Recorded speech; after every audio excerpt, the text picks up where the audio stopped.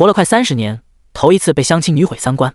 我俩第一次见面地点他定的，一家人均800的日料店。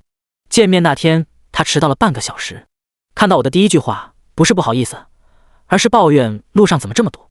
说实话，他外形条件还不错，身高1.7米，长得有几分像唐嫣，穿着打扮很洋气，走在路上肯定是有回头率的那种。我接茬说今天是周末嘛，确实堵。然后他很自如地坐下来，跟服务员要了菜单。我说也不知道你喜欢吃什么，我先点了一些，你再点你爱吃的。他好像没听到一样，也没问我点了什么，自顾自跟服务员哗啦啦报了7、8个菜名。整个过程比德福还丝滑。最后他才正眼看我，半开玩笑地说，你怎么真人比照片上看起来还要老？这还是第一次有人说我长得老，把我整不会了。我想可能人家就是心直口快吧。我笑了下，准备客套2句，没想到他接下里的话又让我绷不住了。听我姨说，你名校毕业的，学校这要牛，工资不低吧？还好，1个月2万。他有点不可置信，才2万？才？我对他的不可置信不可置信了。2022年西安市社会平均工资每月6000多，我再怎么说也远超平均水平一大截。他这语气好像我工资只有2000一样。不等我开口，他接着说，2万块听起来多，扣个税，扣掉吃穿住行，能攒多少呢？结婚买房买车，养家糊口生孩子，你再算算还多吗？我忍不住反问他，冒昧问下，你每个月收入是？4000。这特么的就很尴尬了。我税后15000，你工资4000，你说我赚的少？他不觉得有问题，给我灌输小 X 书言论。女生1个月拿4、5千挺不错了，我周围女孩都这么多。如果我每个月赚1、2万，男朋友也赚1、2万，你觉得这合适吗？男人要负责赚钱养家，女人只负责貌美如花，这是真理。诸如此类，你反驳也不是，不反驳也不是。他又问我，那你不是本地人，你爸妈帮你在这里买房了吗？咱就是说，虽然是相亲，但是你也不用一来不是问工资就是问房子吧。人跟人的气场合不合，基本聊几句大概就能感受得到。我心里已经对这次相亲不怎么看好了，所以也不想跟他说实话。我说我不想啃老。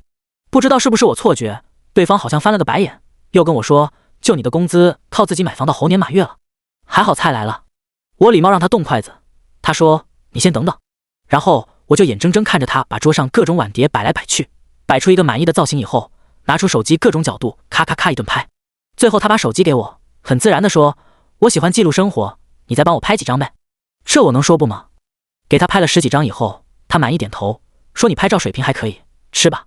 吃饭期间他一直在挑剔，这个菜不合口味，那个刺身口感差，不如他在哪奶吃的那家。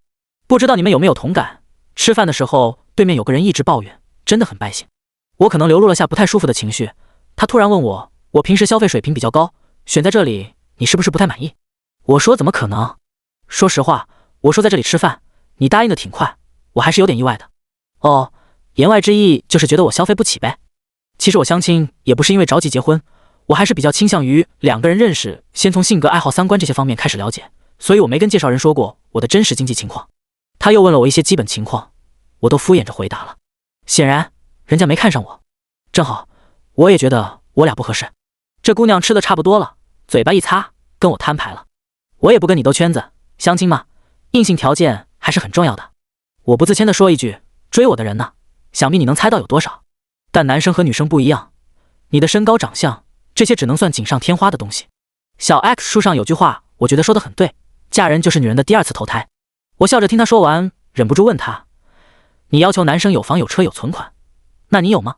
我是没有，所以我要找一个经济实力好的老公，能养得起我的。我如果什么都有，我还找男的做什么？我问，那要是一个男的什么都有，让你在家洗衣服、做饭、带孩子，你可以吗？他嗤笑了下，一副无语的样子，说，你开什么玩笑呢？你觉得可能吗？那你不愿意，男的要你干啥？我语气不太好，他脸直接拉下来了。我爸妈供我读书，供我上大学，可不是让我去伺候男人的。都什么年代了，女性要独立，别把你们那一套老封建思想、大男子主义加到我们头上。我点头，说得对，要独立。那既然你要独立，怎么不自己去争取房子车子？干嘛要求男的有啊？干嘛把这个需求寄托在找一个老公上呢？他语塞了，一双大眼睛怨恨地瞪着我。反正今天这相亲不成了，我也不需要顺着他。我继续说，真正独立自强的女孩，我都支持佩服。就怕有些情况是一边标榜着独立，一边给自己一套标准，给男人一套标准。你什么意思？说我双标？我示意服务员买单，他让我把话说清楚啥意思？账单小2000，我痛快的刷卡买单，他还是不依不饶，甚至有点气急败坏了。我淡定的说，我不是针对你啊，我发现一个很有意思的现象，你不是爱看小 X 书吗？想必应该能感觉得到吧。但凡是那种秀男朋友秀老公为自己做什么的帖子，下面肯定都是一水儿的艾特自己对象的。可如果是那种女生给男朋友做了什么的帖子，底下都是骂的吧，骂他倒贴，骂他伺候男人，要么就是说我找男朋友可不是找祖宗。他柳眉一竖，我赶在他发飙之前说今天就这样吧，我还有事要走了。他也站起来跟我往外走。你再会说房啊车啊，男生没有这些，在相亲市场上没有优势的。我已经没兴趣跟他再掰扯了，就说对对对，你说的对，家人们。然后高潮来了，我的车就停在餐厅门口正对面，我跟他在旋转门门口说了句再见，就径直走向我车旁边了。上车前我抬头看他，不夸张地说，他当时那个惊了的表情跟电视里那些狗眼看人低的反派被打脸后一模一样。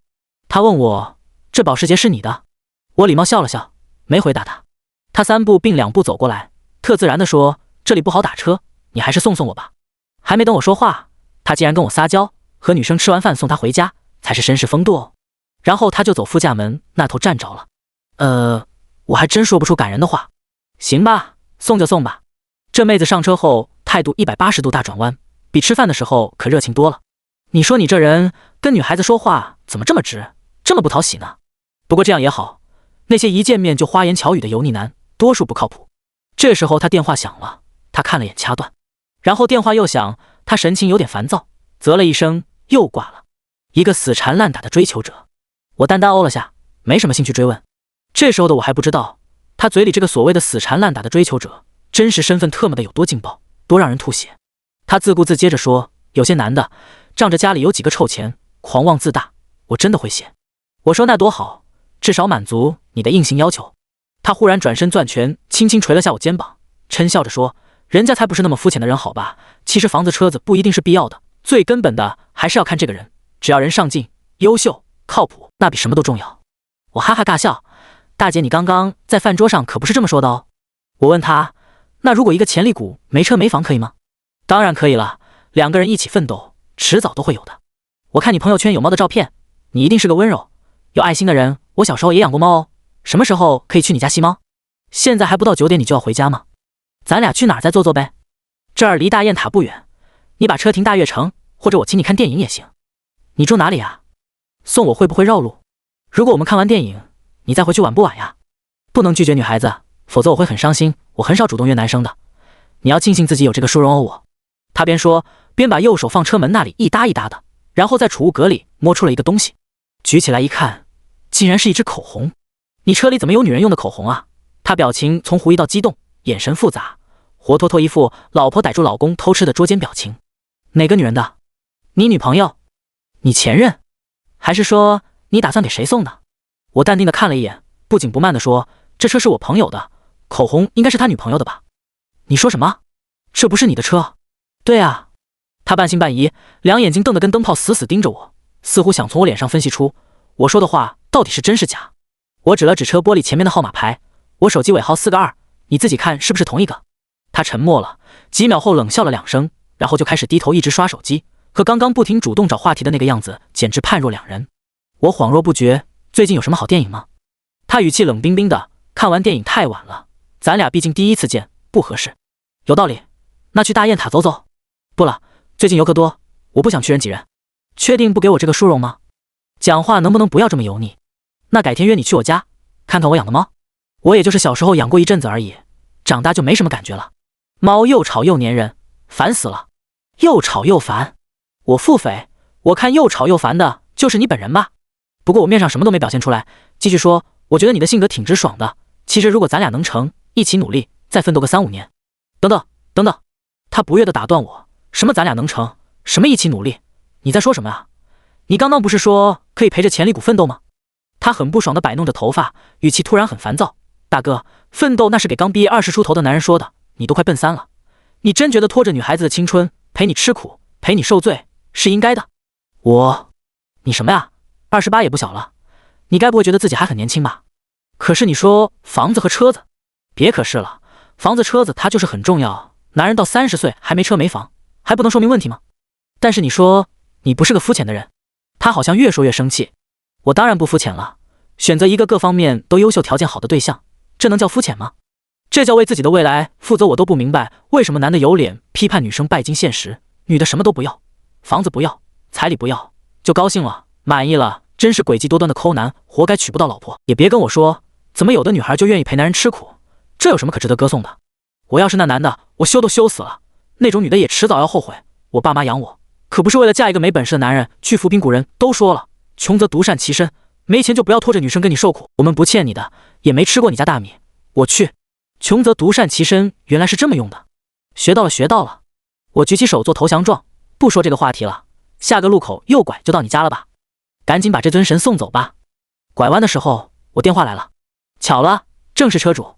车在电话，我跟他都能听得到。在哪儿呢？相亲结束了。马上就去找你。顺利不？哥，这车没给你丢人吧？我用余光看那妹子，她脸色更臭了，好像被我骗了几十万一样。我轻咳了一声，见面说，要不你先别着急还车，咱俩再换着开几天吧。你的大 G 我感觉我开着不错，早知道当初跟你一起买这车了。算了，我还是喜欢开我自己的车。挂了不说了。我挂了电话，车正好停在路边。是这儿吧？那妹子没回答，表情古怪的看我。你？我装傻？怎么了？搞半天你有车啊？我没说我没车啊，我的车借别人当婚车了。他哭笑不得，表情无奈。那你怎么不早说啊？我还有事，那咱今天就这样。他慢慢吞吞解开安全带，开门开到一半的时候回头，眨巴着眼睛问我，哎，明天我没事，去你家看看小猫咪吧。我嘴角一抽，真是个人才，这变脸特么上哪儿学的呀？堪称一个炉火纯青，无缝衔接。我说还是算了吧，我的猫又吵又烦人，而且我打算明天去公司加班，不然要奔三了都被人看不起，怪丢人的。妹子闭嘴了。我指指车门，等她关上以后，一脚油门赶紧闪了。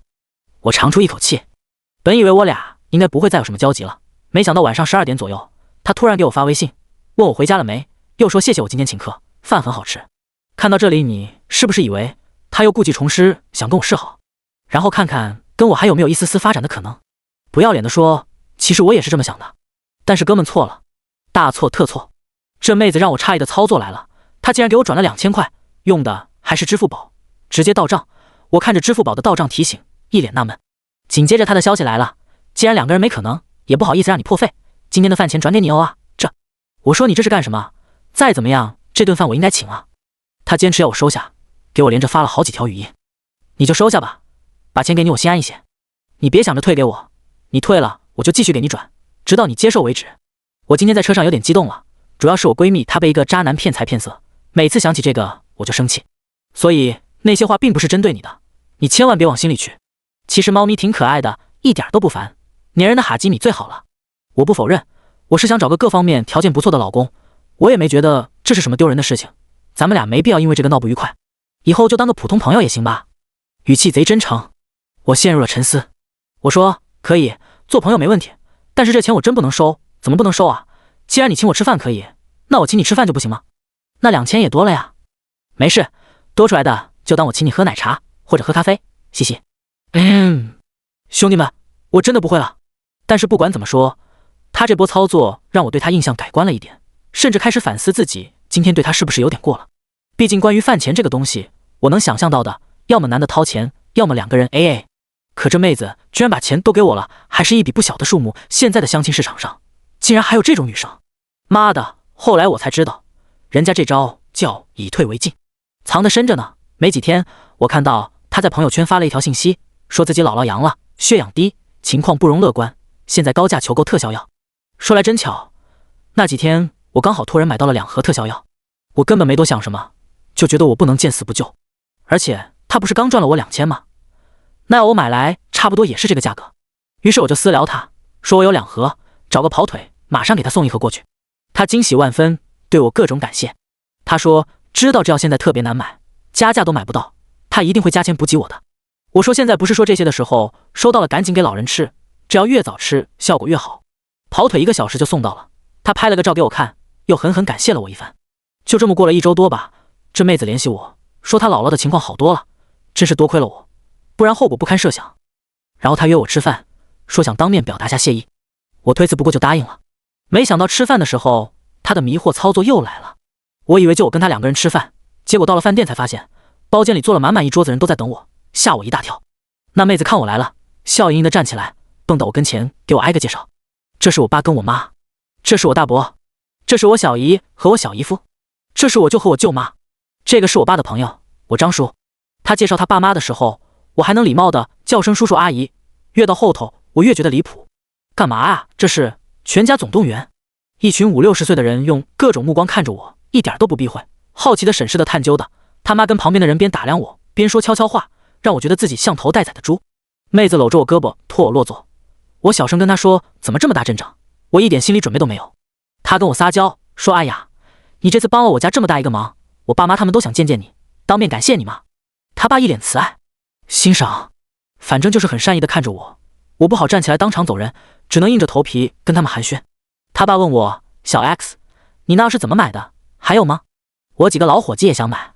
叔，我也是好不容易托朋友买到了2盒，再多也没了。然后他爸说了句让我震惊的话，你手上不是还有1盒吗？把你那盒给我，你一个年轻人身强体壮的又用不上。不愧是一家人，说话都有种不顾别人死活的美。那我已经寄回家里去了，我爷爷他年龄挺大了，所以就算要在我手里，我也不可能给你啊。然后他妈开始盘查我，是的，真的是盘查。先问我爸妈是做什么的，还有多久退休，又问我是不是独生子，工作几年了，再问我除了上班是不是还做什么生意，然后问我是不是打算一直在本市发展，是不是早就买房了，在哪里。他妈问到后面我已经有些不高兴了，就光喝茶不说话。另外几个人揶揄我，一个大小伙子怎么这么放不开，别拘谨，一家人吃饭轻松点。现在的娃儿们出来见人都是这，跟咱们年轻时候不一样。嗨，这可不行，小伙抽烟不？我一头黑线，拜托，谁跟你们一家人啊？怎么就一家人了？这妹子可能察觉到了我的情绪，一边招呼服务员上菜，一边跟他妈说，你一下问这么多，让人家怎么回答啊？好好好，我先不问。他舅妈嗓门特别大，这2个孩子坐一起，郎才女貌，真般配啊。其他人跟着点头，我旁边不知道是他哪个长辈拍我肩膀，小伙，珊珊是我看着长大的，人绝对错不了。对啊，我这外甥女要脸蛋有脸蛋，要学历有学历，要工作有工作，出类拔萃。跟我跳广场舞的那些姐妹看过珊珊照片后，都想跟我要联系方式，我才不给呢。他们儿子我一个都没看上，配不上我们珊珊。妹子坐我旁边笑得咯咯咯，说舅妈，你们别夸了，再夸我可不好意思了。更无语的是，她边笑边往我身上倒。他那个张叔抽着烟，烟灰直接弹地上，一说话嗓子像卡痰了似的。珊珊这么优秀的女孩，你遇到真的是你小子走大运了。你俩年龄都不小了，今天当着我们这些长辈的面，你给个准话，打算什么时候跟珊珊结婚？我嘴里正含着一口茶，差点没忍住喷出来。结婚？大中午的，这大叔是喝了几斤假酒？我正要跟他说清楚，那妹子在桌子底下扯我袖子。她凑在我耳朵旁边小声说，我爸妈催婚催得太紧了，我没办法，就骗他们你是我男朋友，你就配合我一下好不好？求求你了。我又无语住了。不是大姐，这种事儿你不提前跟我商量，你要早说，我绝对不会来。她哀求地看着我，我一个头2个大，借口出去上厕所，赶紧逃出来。我打算36计走为上，没办法，我可不想委屈自己跟那群大叔大妈们演戏。至于那妹子，我又不欠她的，何况她这么先斩后奏，对我也很不礼貌。我打算上了车再跟她说临时有事必须走，没想到出了包间，刚走到拐角处就差点跟一个风风火火的男人撞一起。不好意思，服务员，他拉住我，态度不太好。如意厅是在这层楼吗？你妹的什么眼神？不能因为我穿了件白衬衫就把我当服务员吧？哎，等等，如意厅不就是我刚待的那个包间吗？我细细端详，这男的看起来至少35岁，留着偏分，一脸怒容，可能是刚从外头跑过来的，冷气这么足的大厅，他额头上却出了不少汗。八卦之心促使我忍不住问他，请问您要找哪位？这哥们看起来有点缺心眼，也不嫌我多嘴。X 珊珊包间就是他订的，他是我。他嗓门不小，我听得真真切切，最后几个字像一道天雷，劈得我原地凌乱。我返回包间门口，听到里头在高谈阔论，他爸的声音最大，是没谈多久，但是珊珊他表姨的消息不会错的，跟他单位的人都打听清楚了，房子车子都有，家里好像是做生意的，总之不差钱。姐夫，那今天这顿我可就不客气了呀，反正由你准女婿买单，随便吃，再叫服务员拿2瓶好酒，吃完了让小 X 开车轮流送你们回家。老丈人的话他不敢不听。我在门口拳头握紧又松开，我努力调动表情，换上一副笑脸，才推开门进去。那妹子看我回来，巧声说，我真怕你生气，不过你应该不会生气的吧？我默默摇头。他喜上眉梢，我就知道你是个善良的好人。我看着他这张漂亮甜美的脸，再联想刚刚遇到的那个家伙，不禁深深感慨：张无忌，你妈说的真对，越漂亮的女人越会骗人。貌似是他姨父说叫服务员来加几个菜，姐夫，你们想喝什么酒？我插话，第一次见各位长辈，也没带什么礼物，喝点好的吧。叔，茅台好吗？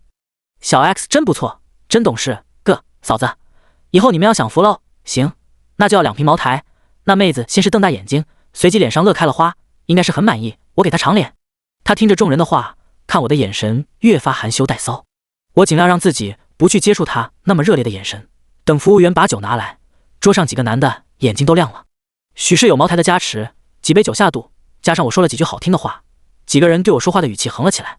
卡坦嗓大叔说：“小 X， 我替我哥问问你，你这么大了，你家也不可能不考虑你结婚的事情，对吧？你们家娶媳妇的诚意是什么？诚意，不就是想问结婚能给多钱吗？绕什么弯子，真是。”我笑了下，说：“我真的不太懂，不如你们跟我说说你们这边的风俗吧。您尽管说。”哥，你跟他说说。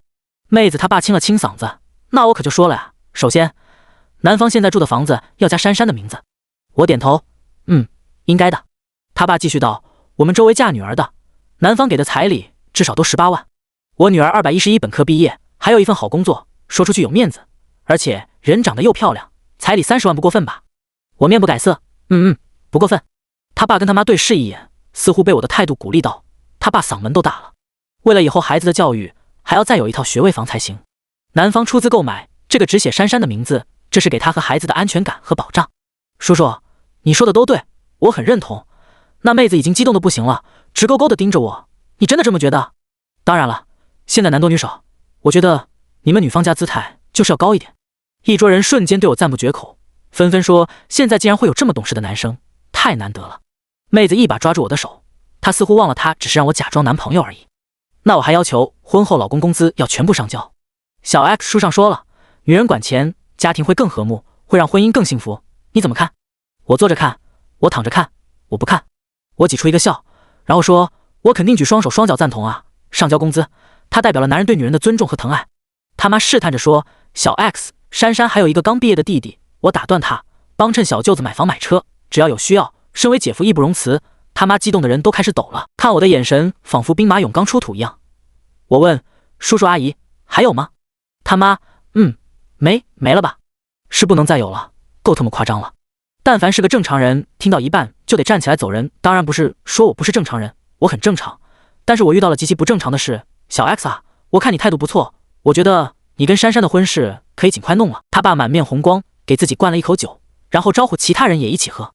我轻咳一声：“叔叔阿姨，你们也知道，我俩认识还不久，了解的还不够深，进度太快的话，这有什么？”卡坦桑猛地打断我：“我们那一辈，好多人见一两面就结婚了，这么多年不也好好的？对，别想太多，有时候一耽误，说不定就错过对的人了。”一桌人统一口径，反正都是建议我赶紧结婚。那妹子笑得合不拢嘴，跟我说：“其实我对你感觉真挺不错的，咱们……”我没理她。叔叔阿姨，我还有最后2个问题，你问吧。如果女方是2婚，也要这么多要求吗？他爸愣住了，他妈嘴唇动了好几次都没说出话。卡坦桑还没察觉，认真跟我说：“2婚那肯定不一样了呀。”我继续加把火：“叔，我还没问完呢。如果女方不但是2婚，出来相亲的时候还没离婚，又怎么说？这是诈骗吗？”哐当，那妹子手机没拿稳，重掉地上了。与此同时，包间门被人一把推开，妹子看到来人，浑身一震。偏分哥黑着脸走进来：“爸妈，吃饭怎么不叫我呢？”桌上其他人还不知道这是什么情况。他大伯问：“你谁啊？管谁叫爸妈呢？”偏分哥看着妹子他爸，大声道：“爸，你昨天还收了我2条烟，说会帮我跟珊珊说好话，结果今天背着我整这一出，再看他爸妈，已经臊得无地自容了。”妹子猛地站起来，突然像发疯了一样，毫无形象地对着偏分哥拳打脚踢。“我跟你已经没关系了，你是脑残吗？为什么还要阴魂不散？滚，快点滚！”偏分哥压抑着怒意：“枉我对你那么好，你把我当傻逼是吗？咱俩还在冷静期呢，离婚证1天没领，就还是夫妻。就算离了，我也是你前夫。”此言一出，满座皆惊。看着除了妹子爸妈的其他人，个个下巴脱臼的样子，缩在角落里的我，感觉心里那口恶气终于出来了。惊不惊吓不吓，不能就我一个人被疮。不过，我才是被骗的那个当事人。怎么说，还是我比较惨一点。隐瞒结婚就算了，还没离婚就跑出来相亲，这是什么迷惑奇葩骚操作？我担心你老，花2万跟黄牛买了特效药给你，你不也收下了？那时候怎么不说咱俩没关系了？我擦，就是说他在已经有药的情况下，还是不声不响的收了我的药。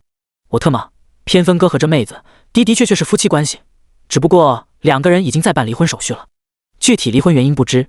2个人当初只领了证，没办婚礼，所以除了他家人、亲戚朋友对这件事一概不知。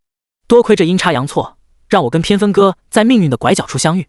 我俩大大的脑袋里都是大大的问号。偏分哥其实还在极力挽回这段婚姻，所以根本不相信他老婆会做出这种事，于是就有了上面那一出。我来试探，偏分哥通过我电话厅里面的动静。偏分哥还在控诉，咱俩领证前，房子加名，彩礼20万，给你弟安排工作，我哪个没做到？结婚以后，我心疼你，家务全包，你只负责打扮的美美的出去玩。你说要考察我，不办婚礼，不公开，不许我跟别人说咱俩已经结婚了，我也依你，可你为什么还是不知足？我就是个大傻逼，我现在终于明白了，什么考察？你们一家白眼狼看中我的钱，你又看不上我这个人，现在把我利用完了，就要一脚踢开。偏分哥越说越激动，最后竟然失了眼眶。我暗暗啧舌，兄弟，舔狗做到这份上，沸羊羊来了都得叫你一声大哥。你他妈胡说什么呢？妹子一巴掌扇在了偏分哥脸上，你别在这胡说八道，明明是你把我骗了。偏分哥红着眼睛，怒极反笑，你成天打扮的人模人样，回到家里邋里邋遢，猪都不如你。你睡觉磨牙打呼噜放屁，你觉得别人都能忍？把老公当佣人使唤，还要老公有钱有颜，你以为你是天仙啊？卸了妆别人都认不出来，你特么脸上动了哪我不知道，别人家最多卖一次女儿，你们家奇葩，他妈的还多次利用是吗？狠，真是太狠了。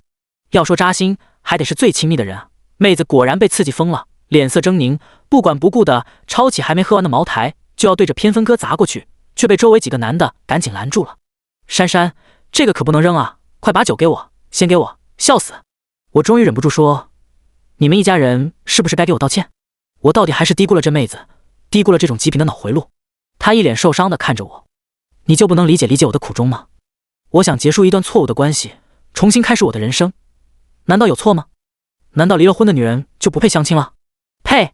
可你还没离啊，有什么区别？再过半个月就离了呀，等我跟他离了，咱俩再谈，和现在谈不是一样吗？谁说我要跟你谈了？不是你自作主张单方面要求我假扮你男朋友的。我淡淡道，你想多了，就算你是单身，咱俩也绝对不可能。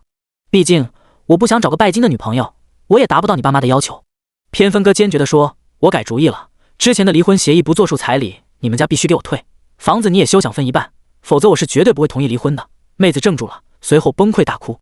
他爸又羞又恼，却只能把怒火发泄在自己女儿身上，不让人省心的东西都是因为你，你老子把人都丢尽了。众人七嘴八舌，纷纷说有什么事回家慢慢商量，都别动气。